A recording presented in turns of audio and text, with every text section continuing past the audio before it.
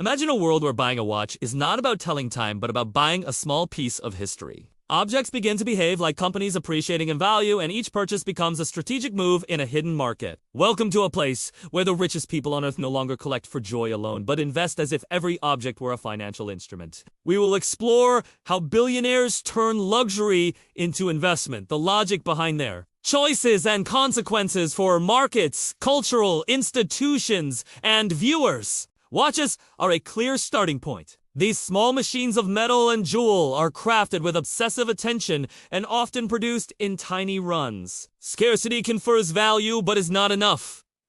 Provenance matters profoundly. Who wore the watch, before which events surrounded it, and which stories attached to its shape desirability. Auction houses become venues where narratives are sold alongside artifacts. A watch that belonged to a famous figure or that appeared in a major exhibition will carry a premium. Collectors understand that the physical object carries a story amplified through media loans and exhibition history. The secondary market values those stories sometimes more than the material itself, and the result is a dynamic where a curated timepiece can appreciate dramatically over a decade. Art is another arena where investment logic dominates. Paintings, sculptures, and installations move between private walls and public museums, often in transactions the public never fully sees. When a billionaire buys a major work, it is rarely a simple purchase. Many acquisitions are engineered moves aimed at supporting networks of influence. Museums cultivate relationships with donors who loan works for exhibitions, and a private acquisition can later be lent to a museum, lending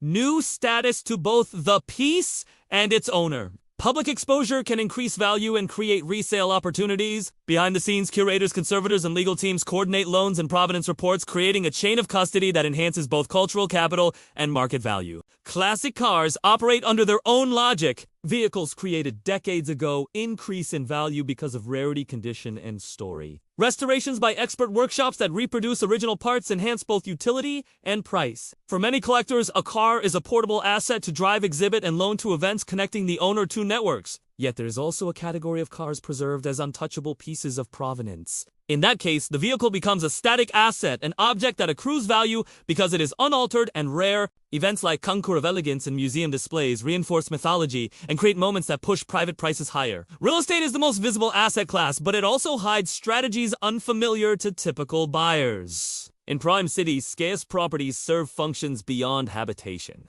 Parcels are sometimes purchased not to be lived in, but to be held as trophies or strategic assets that control development. Ownership of a key address can grant zoning influence, protect views, and act as a hedge against inflation. Sometimes towers are developed to be repositioned as branded residencies or luxury hotels. The address itself becomes the product, and controlling it can be more valuable than any single revenue stream it may generate. Luxury brands also become investment targets. Companies that control a brand or that own retail networks attract purchases by wealthy families who collect their products. Buying stakes in a couture house can be both a financial move and a cultural signal. An investor may buy shares, then use private events to showcase a collection, increasing desirability and creating momentum that shows up in brand prestige and market value. The interplay between brand ownership and personal collections creates feedback loops where cultural influence and financial performance amplify one another. Modern variants resemble financial engineering. Fractional ownership models let groups co-own artwork, aircraft, or a yacht. Tokenization and other technologies promise to slice ownership into tradable fractions and to record provenance transparently. These tools are nascent, but appeal to buyers seeking liquidity in markets historically opaque. For a billionaire, fractional offerings are not about democratization as much as about creating new liquidity while preserving control through governance arrangements. The emergence of structured secondary markets and specialized trading platforms further blurs the line between private collecting and financial markets. Beneath these mechanics lies psychology. Wealth at large scale becomes a game of signaling and status. Buying a rare object signals taste, connections, and capacity to access scarcity. Beyond signaling identity matters. Owning an iconic piece can reshape family narratives for generations. Heirs inherit not only property but stories of patronage networks and cultural influence. For many families, collecting becomes a deliberate craft of legacy. They do not buy for immediate pleasure. They think in generational time frames, creating collections that outlast individuals and anchor stories across decades. The marketplaces for these trades are curated. Auction houses compete with private sales and specialized dealers to broker deals that may never reach public records. Negotiations include confidentiality, provenance, verification, and complex insurance arrangements. Pricing is not only supply and demand measured simply. It incorporates expectations of future cultural relevance, the potential for exhibition exposure, and the weight of ownership history. Experts track comparables in recent cases where similar pieces entered collections and use those data points to project trajectories of value. Consider a watch produced in a run of 10 pieces by a master. Retail price may be modest, while secondary prices rise as scarcity and demand increase. If a piece later enters a famous collection or features in a museum, its resale can skyrocket. A privately sold sculpture lent to a major museum gains visibility in catalogs that future buyers value. Strategic loans and exhibitions are therefore not acts of generosity only. They are acts of market shaping, but these strategies are not without risk. Markets for rare objects are volatile and sensitive to taste, macroeconomic shifts, and regulation. Sudden changes in collector interest can depress prices just as exhibitions can raise them. Legal and tax rules evolve, and governments may change how transfers are handled or introduce transparency measures. Visibility can attract scrutiny, and that is why structures matter. Trusts, family offices, and corporate vehicles are often used to manage privacy exposure and fiscal positions. Advisors mitigate these risks. Wealth managers, curators, lawyers, and tax planners advise on timing insurance and exit strategies. They run due diligence on provenance commission appraisals and devise philanthropic routes that can both shield assets and enhance standing. Philanthropy commonly functions as strategy. Donating works or endowing galleries can provide tax advantages and secure a role in cultural conversations. The combination of gift, loan, and endowment forms a toolkit owners use to protect value while increasing reputation and influence. Liquidity is a practical concern.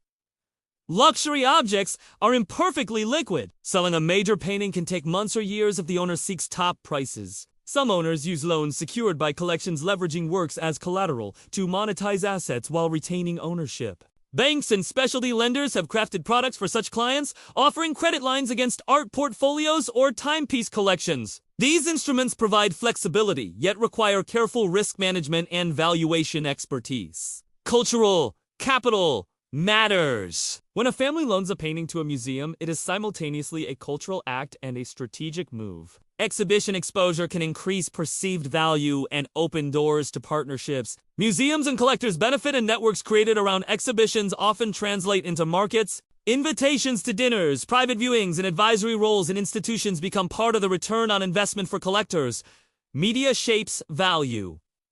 Coverage matters. High-end photography, curated features, and selective leaks create narratives that shape demand. A well-timed magazine piece can reposition an object in cultural terms. Influencers and curators amplify demand through social channels, and private viewings become content that can be monetized through reputation. For sellers, the choice to allow press or remain discreet is strategic. Too much publicity attracts regulation, too little reduces momentum. Some owners use collections as part of a public brand. Owning a football club, a fashion house, or an art foundation functions as passion and long-term investment in influence. Control over a cultural asset allows owners to steer narratives and benefit from ancillary revenue streams. This synergy can transform static assets into enterprises that return both cultural and financial dividends. New buyers change dynamics. Technology and entertainment fortunes bring different tastes and younger collectors may favor contemporary works that connect to current discourse and social visibility. Trends can accelerate faster, increasing both volatility and opportunity. For creators and advisors, this shift demands agility and a keen sense of which signals will endure.